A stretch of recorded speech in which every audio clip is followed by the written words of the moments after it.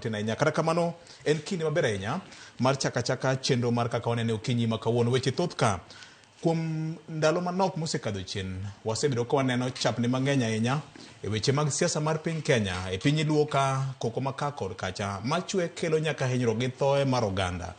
Lwenje mag siasa masani odwa bedo mang'eny ahinya en gima koro mako dho oganda nyakwara Mugajwang'. Wagunda tise ni political intolerance okotimre ka luo kende kada mana gwenge mamoko. Yande ka rally moro nobag e dala mar Kajiado County kamino ni Kitengela iro malungo pi wang' nobol e chuny chokruok mar oganda. Nyo chako neno bende Kakamega e kinde mane romo dhi nyime mar Linda Mwananchi. Magi timre ka romo mopogore mag siasa bende wasebedo kwa neno koko mang'eny ahinya. Jatend migawo mochune weche mag arita ma iye Kipchumba Murkomen nyocha ogolo siem ne joma nyayo weche mag koko ma iteno kod weche mag siasa. Bende wach makamano chako jiw kende kod PS mar Interior Dr. Raymond Omolo. Winja nena kaka Murkomen ne oloso wachni ka ogolo siem ne jo siasa. Request politicians. Wale walikuwa Kakamega jana, wale walikuwa Nyeri, wale wamekuwa Nairobi. Nendeni mikutano kwa amani. Nenda mkutano, tutaweka polisi kwa hiyo mkutano, lakini msitupatie hii comedy yenye mnaenda mkutano na tear gas, unaenda mkutano kuenda kujilinga tear gas mwenyewe, na unaenda mkutano kama umebeba majambazi na maguns na visu na mawe na marungu. That we will deal with it firmly. The IG has a responsibility to ensure yule mtu alikuwa anatupa tear gas jana ndio blame police officers. He must be searched and arrested for that kind of acts of trying to seek for sympathy and to incite the people of Kenya. There is only so much that the police can do. But there is a bigger part that rests on us as leaders, but also on the people of Kenya. So Jomigori nyaka puonjre gidak gi kwe. Okubi yao dhao kai tupenjo ni police ni kanye sama jigore. But ang'eyo gi paro ma wan godo kaka sirikal kotelo gi President Ruto ok wabi yienu mondo keth Migori.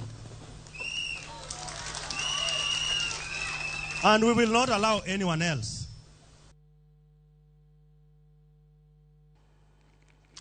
Jomigori nyaka nyakwe. Governor ma wach mochwiny ndi winjo kanyo ko waziri bende oloso ka wacho ni chal ka gima nitiere chich moro manitiere ne jomoko ma obago buchege ema chutio tingo tiagas kendo bae kin gi mondo me giyud godo thuolo mar siemo bila. Victor Oloso makmana ni owacho ni gibiro kao ka tapenjora ni nyaka karang'o ang'o morito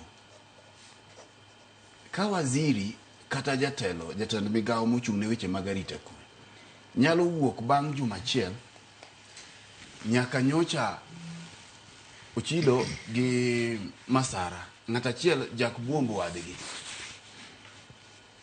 nyaka nyocha wane ka ng'at achiel otho Kitengela nyaka nyo wane ka ng'ato otho Mbale kuwuok oko to kendo embo ywak gi jopiny ma kawaida nuwa biro mako ji no wuoyo ka sani waneno dhano mirwako e dogo kinyi nikech kata mana jatend DCP ka nitie gwenge mag Witima kocha no ba tiagas kagidhi e kanisa. Yes. Mabende nyocha ne gibuogo timo ng'anyo mar tipo manyo warito ok waneno.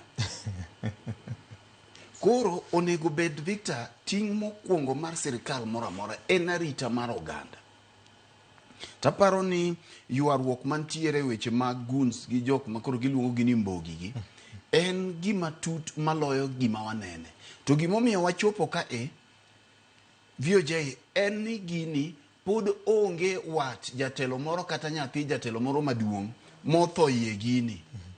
Chieng' ma nyathi kata wat jatelo moro biro tho e gini e liel moro no chuo gi pala kek dhana ema pod tho. Tibiro neno ka crackdown mabiro timore biro bedo mapek. Nekech king'iyo gima nyo timore makoro ogik okadwa donje weche mag ng'ama no diro tiagas gi ng'ama ok diro nikech obila gi intelligence nigi thuolo mar wacho nwa ni gini en ng'ama time. Nekech chik ok oyie ne ng'at moro amora mar ayia mondo mi obedie gi tiagas ogolo kanye. Koro kiwacho ni ne gin godo to nego be ni seng'e kuma ne ginyiewe onego beni seng'e ni ng'ama nyodire nikech kata mana rombe mag siasa gi bende jo intelligence ni eigi. Intelligence ni en gi kiepe molo to wach machopo ne japiny. Ok wadhi wuoyo matut e yore gi nikech ging'eyo kaka gi collect gigi. Mak mana sirikal iwacho ga ni nigi ite. Mondo jatend migao wach weche gi gin weche ma ngimande. Nikech samoro chiche wang' dhano nyalo wacho ni the pattern is very predictable. Kes mokwongo Kitengela Tiagas ibayo sama former SG mar ODM loso maka Kakamega cha bende samo osekawo Turfuong to Tiagas ni bayo. Victor, okadwa dhi kono. To en kama Tiagas achiel just one canister. One canister to bende ibaye mana ka gini rumo. King'iyo okadwa dhi kono nikech komidwa terana atemo sana mondo mikika dhi nikech ibaye mana ka gini rumo. Adira en ni obila bende bayo ga Tiagas. To jo siasa bende jo tug siasa. Dalo moko Sonko noko ni kasama siasa ochuo chieng to nyaka gin giwegi ne gikawo geche magiwang'o Ngong Road ka. Koro ok wadwa dhi matute gini mae momiyo wan go obila monego beni timo nonro to moko kuom gigi ginyalo geng'o kapok otimo.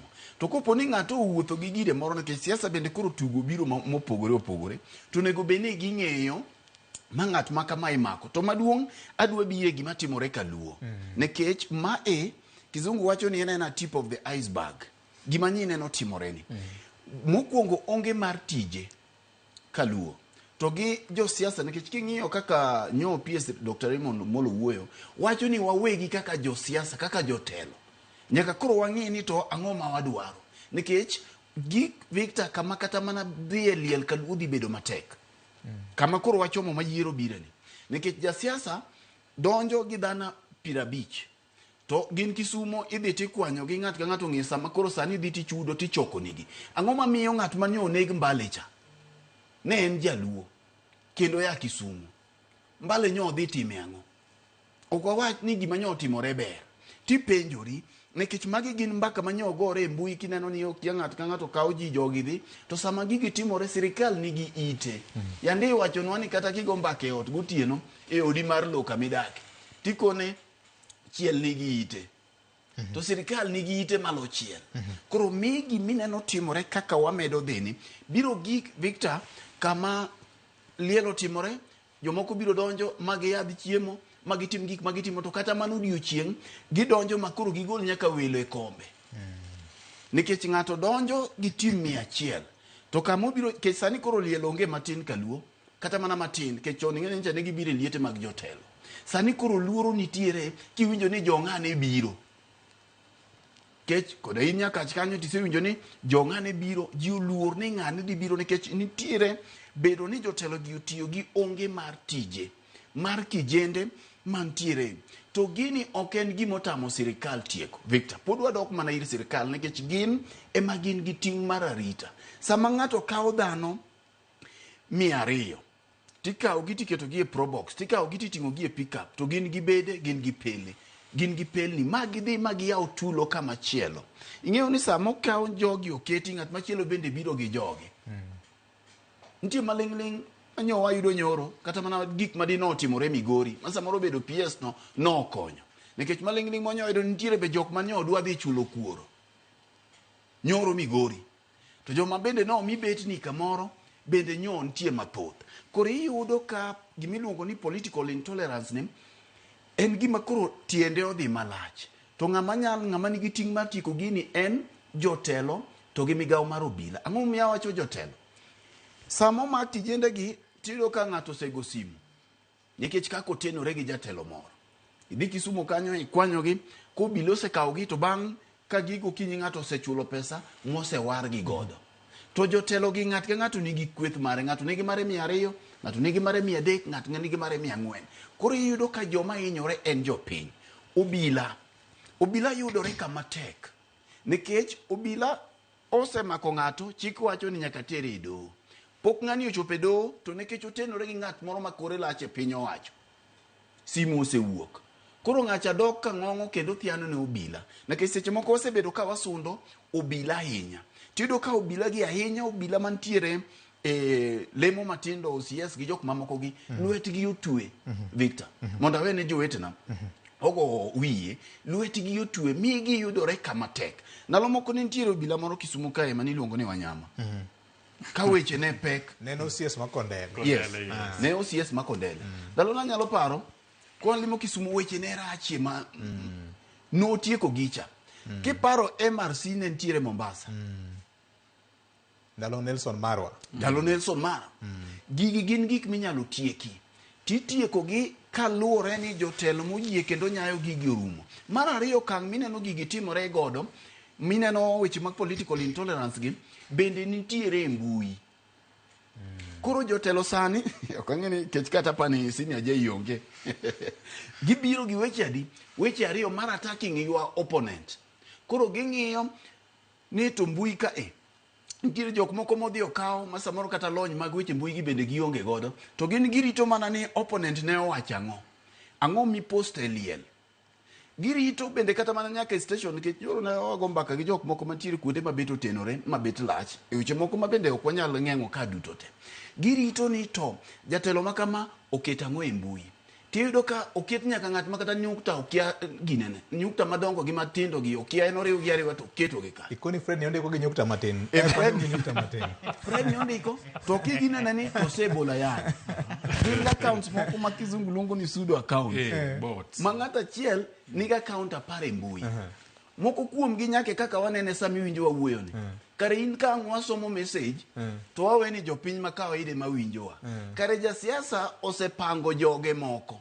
Ma en orito kotieko to kijana cha nene jatelo. Aselawogi. Koro atieko. Kitieko tiwinjo ni kaka wanene no tinde giloko gir broad based. Na timo nonro matut gi jok moko ma bende otenore ma nono gigi. To nyisa ni gigi jogi ni nyaka karu kanyo. Juma mokalo ka ne wabet kae Victor, yena mondo awachi, to moro oro message ko wacho ni Ken muga mobet go kae ni ose pako broadbase to seche ko kata Ken ne pokonoso. Kuro gicha no ose nindo go gotieno. Ose migi script ni kiny governor nene modwa wuoyo ahinya. Kuro kitieko ni moko biro nyaka in your inbox. Chiro ya one jite. In Ramogi Baraza kacha gokinyi. To winjo ka kare ok gite mago simu, nitie mago simu to nitie ng'ama winje. Ma kotieko to 200 osechwade. Jatelo winjo kaka lawe. Winjo kaka jatelo ma nitiere no. Koro in ki igonyo kacha mondo iwe ji ochiw pachgi. To 10,000 mosekecha tipogo gi. Koro intolerance ne nitiere nyaka mbui. Mak mana ni jotelo bende gigi gore mbui, lakini kata kimanyo jok moko ma bende ya haya timanyo jok ma bet wigi konyo. Mata kodwa duoko ng'at moro manyo loso e redio to wazina kati wacho, lakini ng'ane to seloso daraja sikul me wacho ni oketo pichane koro konyi. To kidhi kawo ng'at ma wiyo moko katindo ma en gimorito wiye pek katindo ma gimorito en ya ng'ani owacho ang'o e redio to sekelo gini okonyi. Koro nyaka wang'ini gima wadwaro mbele ka ka wadwa ni mondo mi otiek weche mag political intolerance gi ok mane mbui kende, nikech wan ting'eni wan wasejingo piero mano be mitne sama wayudo kamano to wa receive to morowa. Nyaka wang'eni to ere kaka jotelo nyalo bedie kanyakla mondo kama wachomo mar 2027 kik wane ka ji dhi hinyore, dhano tho, ichwo ji gi pala, to magi gin yawuotwa, magi gin nyithindwa, josiasa gi bende gin jotendwa. Erokamano. Ken